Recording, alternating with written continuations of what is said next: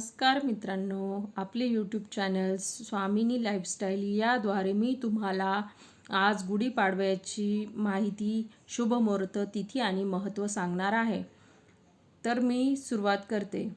हिंदू नववर्षाची सुरुवात गुढीपाडव्यापासून होते. विशेषतः महाराष्ट्रात गुढीपाडव्याच्या सणाचा मोठा उत्साह पाहायला मिळतो.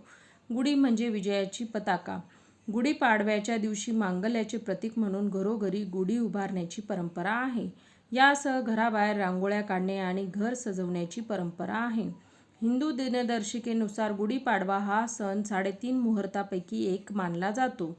यंदा हा सण मंगळवारी 9 एप्रिल रोजी साजरा होणार आहे.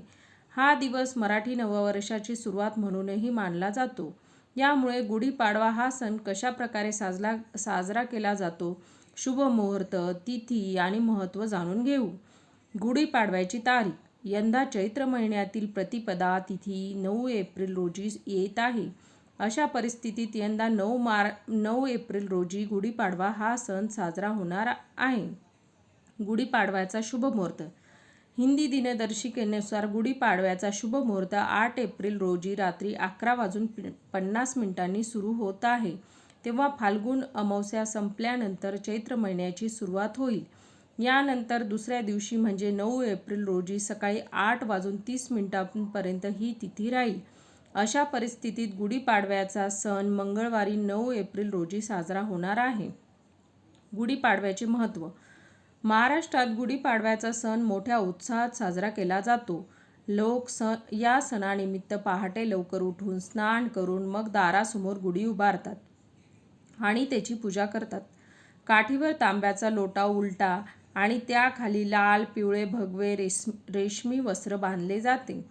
फुलांच्या माळा आंब्याच्या पानांनी सजवले जाते. यासह साखरेच्या गाठींची माळ, कडुलिंबाची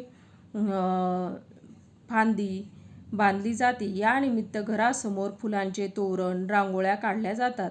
घराबाहेर बांधलेल्या गुढीमुळे नकारात्मक शक्ती रोखली जाते, अशी मान्यता आहे. गुढीपाडवा हा सण 3.5 मुहूर्तापैकी एक असल्याने या दिवशी लोक नवीन गाडी, नवीन घर, नव्या कामाची सुरुवात करतात.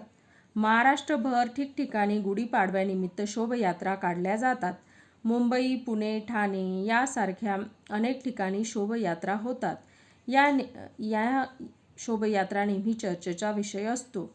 अनेक महाराष्ट्रीयन तरुण-तरुणी या सणानिमित्त पारंपरिक मराठमोळ्या गेटअपमध्ये शोभायात्रांमध्ये सहभागी होतात. लोक या सणानिमित्त आपल्या जवळच्या व्यक्तींना भेटतात. पण हा केवळ सण महाराष्ट्रातच नाही तर इतर राज्यांमध्येही हा सण साजरा करण्याची परंपरा आहे. तर कृपया मित्रांनो, तुम्हाला जर माझी माहिती आवडली असेल तर माझ्या चॅनलला लाईक करा, शेअर करा, सबस्क्राईब करा व बेल आयकॉनला क्लिक करा. धन्यवाद मित्रांनो.